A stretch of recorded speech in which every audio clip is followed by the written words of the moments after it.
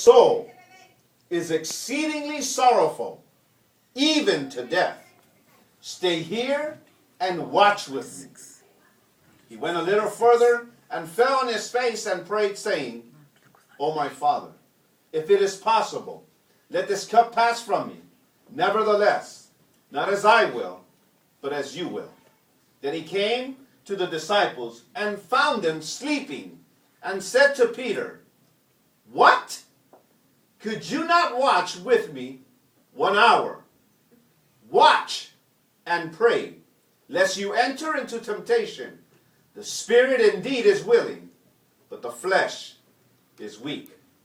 Again, a second time, he went away and prayed, saying, O my Father, if this cup cannot pass away from me, unless I drink it, your will be done. And he came, and he found them sleeping again, for their eyes were heavy. So he left them, went away again, and prayed the third time, saying in the same words. Then he came to his disciples and said to them, Are you still sleeping and resting? Behold, the hour is at hand, and the Son of Man is being betrayed into the hands of sinners. Rise, let us be going. See, my betrayer is at hand. Amen. Amen. The first thing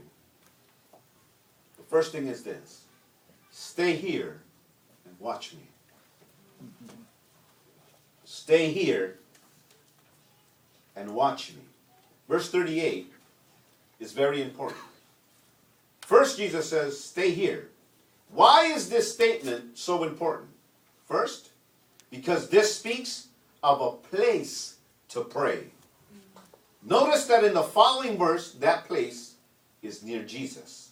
I want to share something that happened to me not long ago. Just about a few weeks ago. I was sitting at the edge of my bed, and I asked this question to God.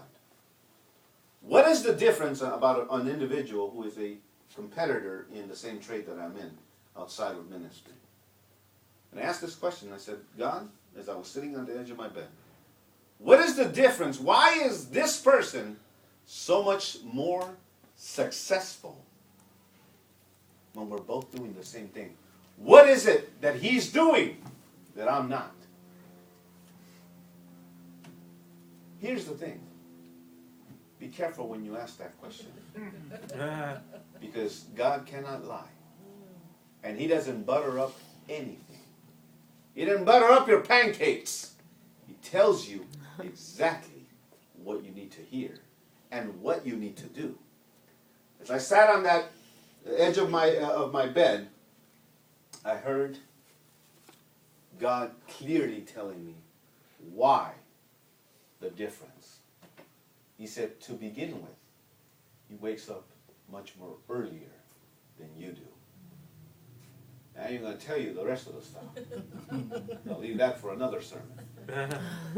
But just that alone woke me up.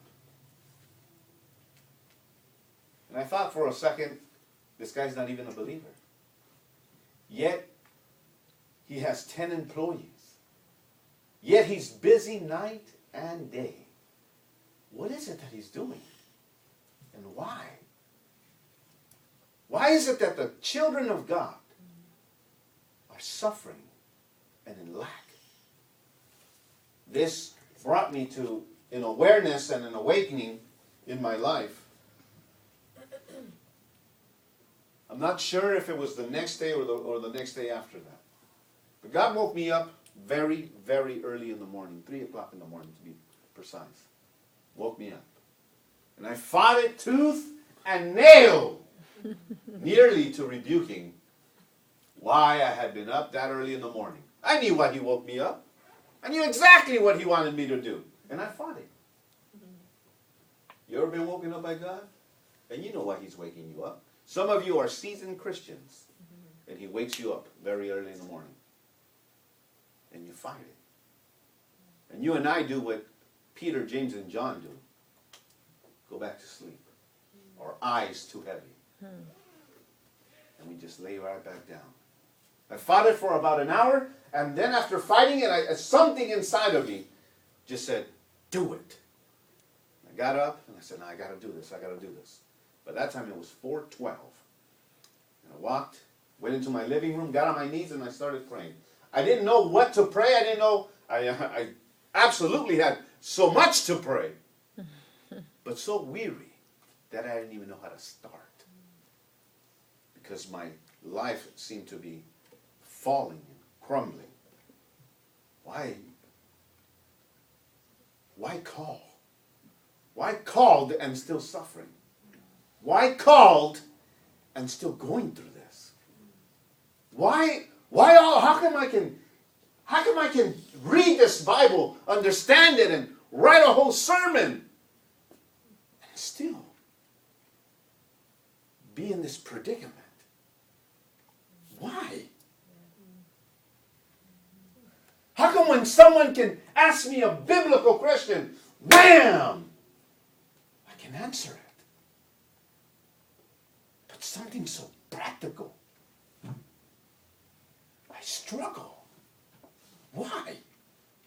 And as I was there on my knees, asking why, you need to help me, God. You need to come through. I mean, come on. Aren't I doing enough?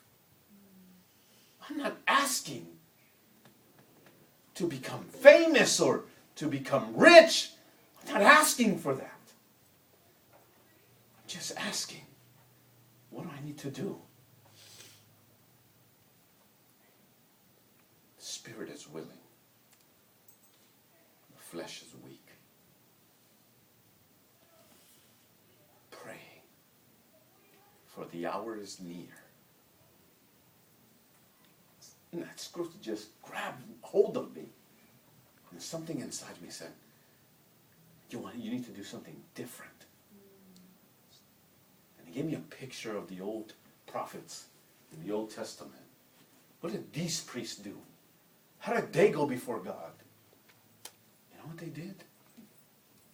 They laid down on the floor of the sanctuary, in the place where God had told them to. And they laid prostrate before the Lord and sought God's face. And God answered every single time. So what I did was, I was on my knees and I decided to take another step forward to God.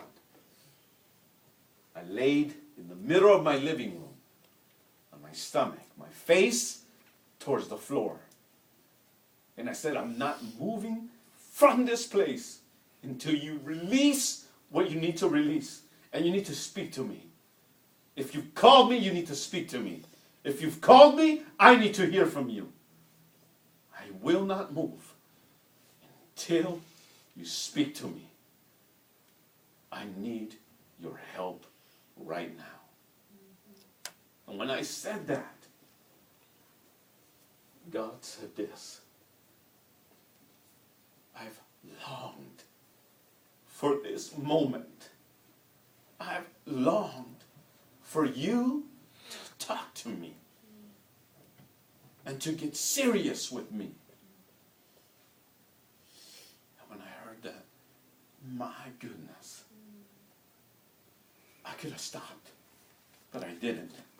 It was so precious and so glorious and so holy of a moment that I couldn't stop there. I said, God, speak again. I'm here. I am clear. What do I need to say? What do I need to do? He said, just stay here. Just stay here. This is exactly where I want you. The next day, things started to take place. Amen. I know this. Amen. But things started to move in my life. It wasn't gradual. It wasn't something like pow and right then and there.